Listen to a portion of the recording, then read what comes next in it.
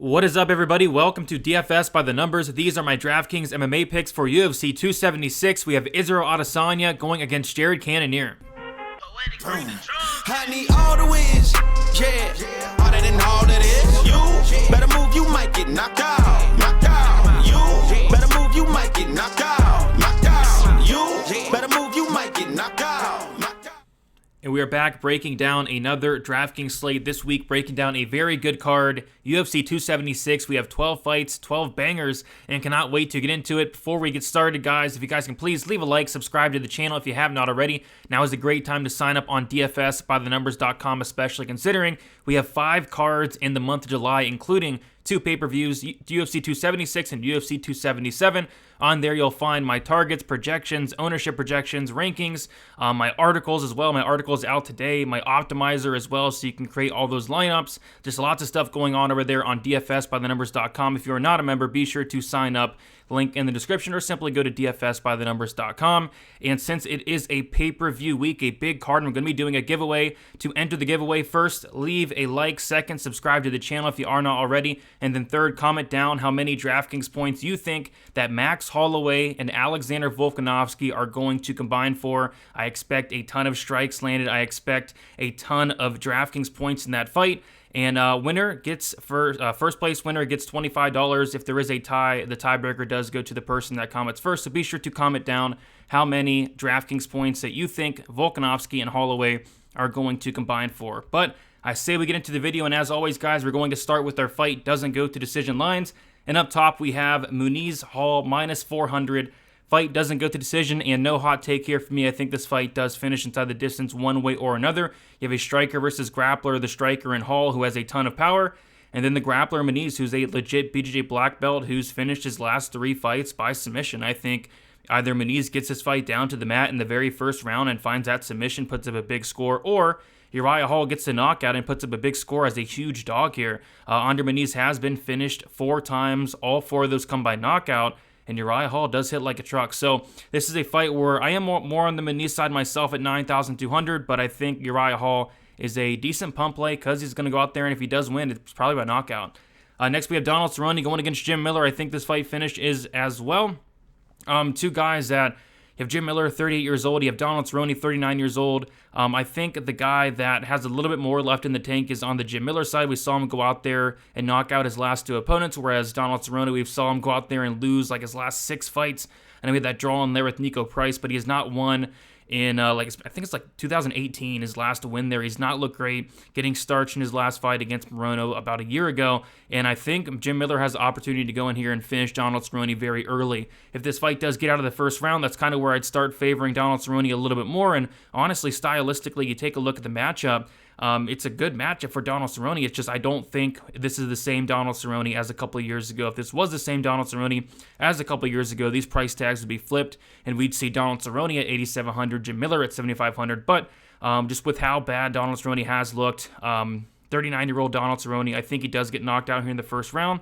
But if Cerrone does survive that first round, I think he could very well get a finish in the second or third himself. So fight that I'm more so on the Miller side myself, but another fight you probably should have both sides here.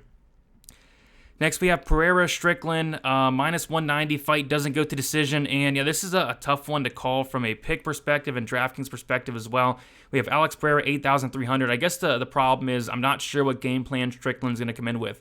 If he comes in here with the game plan of making this an MMA fight, getting the fight down to the mat, I think Strickland can win minutes against the cage. Even might be able to get a submission. Strickland brown belt in BJJ, and Pereira's been submitted in his only MMA loss.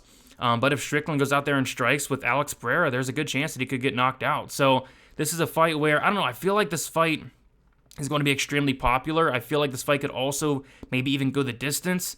So I don't know how heavy I'm going to be on it, but you know, if you like Strickland, you probably want him to go out there and wrestle. And if you like Pereira, you're probably looking for that knockout. I think both outcomes are somewhat likely, and I think it's a decent fight to target, but not a fight I'm all over on. Like the Muniz Hall, I'm going to be all over. Cerrone Miller, the main event. Turner Riddell we'll talk about. I like those fights a little bit more, but I think Pereira Strickland is a solid fight to target. And then, of course, Turner Riddell, minus 180, fight doesn't go to decision. We have a killer-be-killed fighter here in Jalen Turner, a 100% finish rate. We have 2 guys, I believe, on the card three guys on the card with a 100% finish rate, and Jalen Turner is one of those guys. On top of that, Jalen Turner, a 44% striking defense, which is the worst on the entire card, even worse than, actually it's the same. It's the same as Julio Stoliarenko. So he's very hittable, and I really question Jalen Turner's chin as well. Jalen Turner knocked out 3 times. I think somebody's getting finished here. I lean Turner quite a bit, honestly. He's going to be the bigger fighter. He's going to have like an 8-inch height advantage, a reach advantage as well. He's very long. He's very dangerous, and I love that finish rate. But Brad Riddell, if he wins it, honestly, it's probably knockout. Jalen Turner knocked out 3 times, like I said, and Jalen Turner very hittable. But should be a war for as long as the last. I think the winner puts up a big score here. Core plays, we have Alexander Volkanovski, 9,000. I think Volkanovski is underpriced this week in terms of the upside of Volkanovski. I mean, the guy scores a ton of DraftKings points. Both guys do. Both Holloway and Volkanovski score a ton of DraftKings points. 9,000, I think he has one of the highest, if not the highest, ceiling on the entire slate. One of the highest, if not the highest, floor on the entire slate. We have a 5-round fight to work with. I think this fight does go the distance, and I think Volkanovski racks up a ton of strikes, lands over 6 per minute. Holloway absorbs almost like 5 per minute, and I think Volkanovski can mix in some takedowns as well. So I love Volkanovski. Cash in tournaments. Going to be having a ton of Volkanovski this week.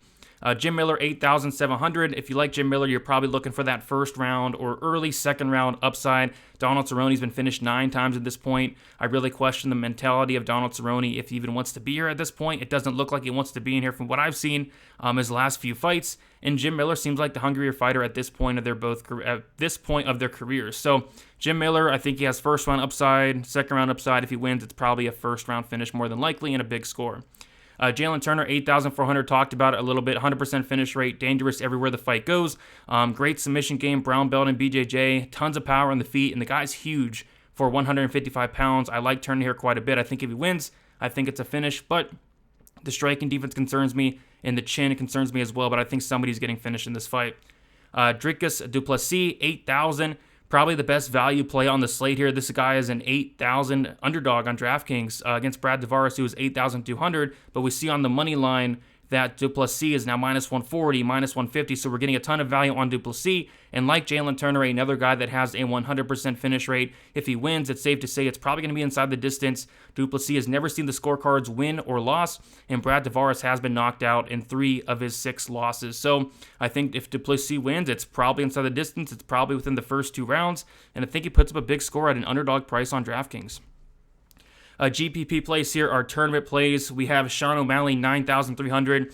I actually like Sean O'Malley this week on DraftKings because Munoz is a guy that is just willing to eat punches with his face. I mean, this is a guy in Munoz who's absorbing 6.09 significant strikes per minute. That's more than like a Max Holloway who's only absorbing 4.69. Munoz is willing to just eat punches all day, eat one to give one, and Sean O'Malley dishes out a ton of volume. Sean O'Malley landing over 8 significant strikes per minute. I think the volume is going to add up. I think that everything that Sean O'Malley throws, it's probably going to land.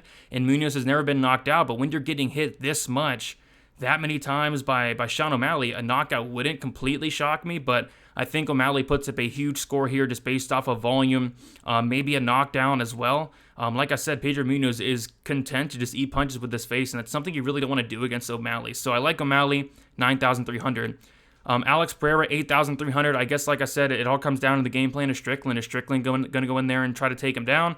If he does that, Strickland has a really good chance to win this fight. If he goes in there and strikes with Pereira, Pereira has a good chance to knock him out. Pereira is a very dangerous striker. Tons of knockouts on his record, MMA and kickboxing as well. This guy puts dudes out cold. His power is no joke. And if Strickland wants to test his striking, he very well can get knocked out here. So I like Alex Pereira, 8,300. But again, it all comes down to the game plan of Sean Strickland there. Under Muniz, 9,200. With Muniz, first round submission upside. 3 submissions in a row, all 3 of those in the first round. If he gets out of the first round, I actually have some concerns with the cardio of Muniz and his chin as well. He's been knocked out in all 4 of his losses, but with Muniz, you're getting that first round upside, first round submission upside. His wrestling's good, and he's so dangerous on the mat. So I like me some Muniz, 9,200 for the upside there. And then Jessica Rose Clark, 8,600, a fight that probably goes under the radar. First fight of the night here. she should really go out there and just beat the brakes off of Julia Stoliarenko. I think she's better everywhere outside of an armbar from guard situation. Rose Clark should have success in the feet. Julia Stoliarenko eats punches with her face in her own right, a 44% strike and defense. And on top of that, Rose Clark can probably just take down Julia multiple times, stay safe on top, rack up control time, and put up a big score and a decision win, and probably very low owned as well. So I don't mind me some Jessica Rose Clark at 8,600. Live dogs here, not a ton really jump out as in terms of I love this guy as a dog this week, but there are some solid plays that I think we've taken a look at, including Brian Barberena, 7,700, a price tag that doesn't really make much sense. I feel like this should be the 8,000, 8,200 matchup. I feel like it should be very close here, and the line does indicate that. It's almost a pick'em. Brian Barberena, much younger than Robbie Lawler. He's only 33 years old. Robbie Lawler, 40 years old. I did not like how Robbie Lawler looked in his last fight against Nick Diaz. And prior to that, Robbie Lawler was on a 4-fight skid. So I think Barberena, if he wins this fight, I don't know if he finishes Lawler, but I think he puts up a ton of volume. And at 7,700, I'm willing to have some shots on him. Donald Cerrone, 7,500. Like I said earlier, stylistically, just a great matchup for him. He already beat Jim Miller back in the day. I just worry about this version of Donald Cerrone. If we get the old version of Donald Cerrone somehow, I mean, this is such a winnable fight for him, and a bad matchup for Jim Miller. It's just I worry about the chin of Donald Cerrone. I worry about him having much motivation in this fight as well. But if this fight gets out of the first round, I do heavily favor Donald Cerrone. I think he's the better striker, and I think he has the better cardio here. So we'll see what happens, but I think this fight's very important to target. Gabe Green, 7,400. I like the volume of Gabe Green. I like the finish rate. He's finished all but one of his wins. Then that one decision win that he did have, I thought he very well could have finished Phil Rowe. Gabe Green's going to be pressuring, and I think he's kind of live for a knockout here if the fight hits the mat. I like his grappling as well. I don't mind some Gabe Green at 7,400 against Ian Gary, who is 8,800. I feel like it's going to be a very close fight. And Brad Riddell, 7,800. Jalen Turner, very hittable. Jalen Turner knocked out 3 times. They're going to go to war. They're going to throw down. Would it shock anybody, really, if Brad Riddell got the knockout? Not really. Brad Riddell has no knockouts yet in the UFC, but has a ton outside the UFC. And Brad Riddell has hurt some opponents. He's dropped some guys. He hurt Jamie Malarkey very bad multiple times as well. And if he does land a clean shot on Jalen Turner, he could go down. So I don't mind some Brad Riddell as a live dog here. But yeah, like I said, nothing really jumping off the page here for live dogs this week. Punt Plays, Max Holloway, 7,200, probably the best punt play you can possibly ask for. Cash and tournaments as well, especially cash. I mean, that's 7,200 for Max Holloway. The guy's absorbed over 1,800 strikes, hasn't went down yet. The guy's chin's unreal, his volume's unreal. Even in a loss, he's going to score very well. So I like me some Max Holloway. If he does win, he's going to put up a big score here. The second fight was extremely competitive, really could have went either way. You got to love me some Max Holloway, 7,200 for that elite floor. And if he does win, like I said, he's going to put up a giant score here. Uriah Hall, 7,000.